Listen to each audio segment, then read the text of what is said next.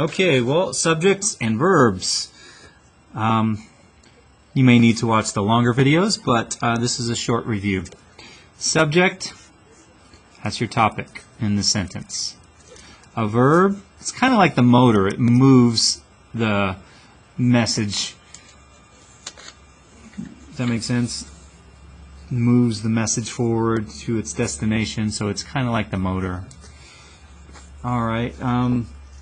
So usually this in the sentence, most sentences that is, start with the subject before the verb. Might not be the first word, but it's before the verb most of the time. And sometimes you have a complement after the verb, but that's not going to be important for us. In most sentences, it's subject before verb. Questions often start with have the verb before the subject, and sentences that start with here and there can never be the subject, so it's also an inverted sentence structure. You have compound subjects, and so if the topic is painting, it's not a compound subject, but if it's painting and sewing,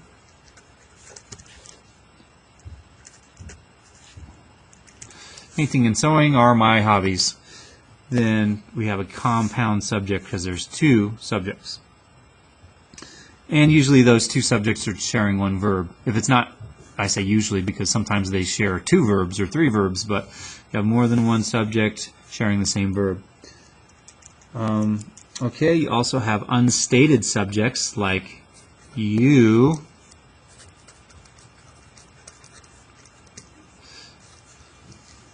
this is when you have a command or a request or something.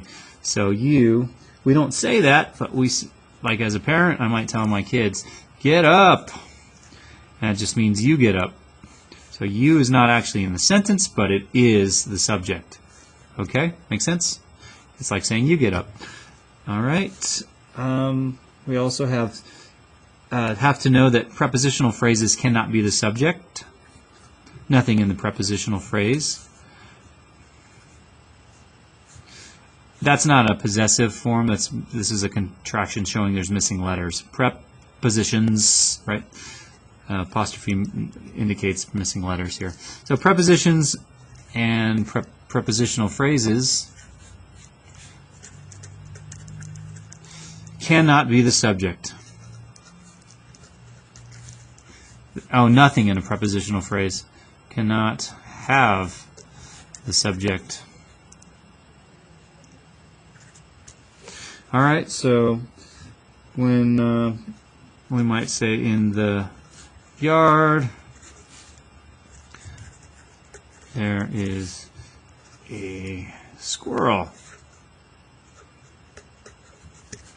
All right, so what's the subject here? Well, it cannot be the prepositional phrase, so we cross that out. All right, and I said a moment ago, some sentences are inverted, like questions, and sentences that start with, and here and there can never be the subject. Those are adverbs. So in this case, the subject is squirrel. It's like saying a squirrel is there. This is an inverted sentence structure. Most of the time, the subject, yes, does come before the verb. Hopefully you got to see that. So again, subject cannot be the prepositional phrase in the yard. Can never be here or there. So squirrel is the subject. But again, usually it's subject before verb in most sentences, right? Okay. There's also compound verbs and action verbs and helping verbs. And all right, so let's say we have a compound verb. So let's see, we have this compound subject. Painting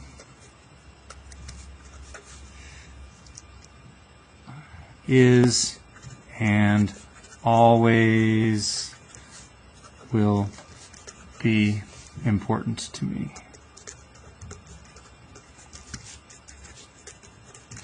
Okay, so compound verb, right?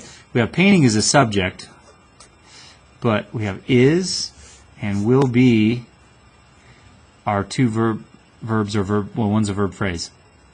All right, so we're joining them with a conjunction. So these are compound. This is a compound verb.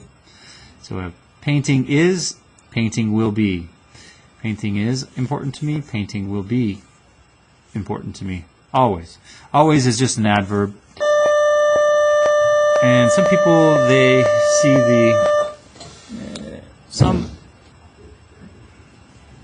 some people see that important looks like it's the end of the verb phrase, but important's an adjective. It's describing painting. So the verb phrase only has the main verb and any helping verbs before it. Sometimes be is a helping verb, but in this case it's the main verb. So will is the verb before it, so that's the helping verb. Okay. So linking verb. Oh wait, this is not. I'm sorry, that's helping verb. How about linking verbs? All right. Linking verb is when you have the subject, and then you have the linking verb, and then you have a complement after that. So, and the complement identifies or describes the subject. For example,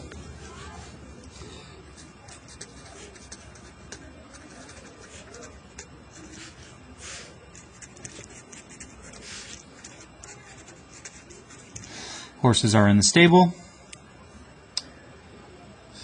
In the stable. It's a prepositional phrase, but a prepositional phrase acts as a modifier, an adjective or an adverb. So this is describing the subject, so this is an adjective phrase. So this is a linking verb because it links an adjective to the subject.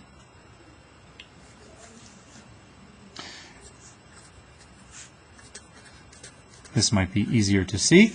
Happy describes me, or the subject, I. So this is an adjective that describes the subject. Here's a linking verb, therefore. It links something that describes the subject to the subject. Okay. I think I did compound verbs already. Helping verbs. Geez, you know that song. Hopefully you learned the song. But a helping verb, and I'll go into that in a second, but a helping verb is a word that comes before the main verb. It's a verb that comes before the main verb. So whatever the main verb is at the end, sometimes you have a helping verb, sometimes you have two helping verbs before it. Okay, so like is going, and the main verb is going. I'm sorry, going is the main verb in this one.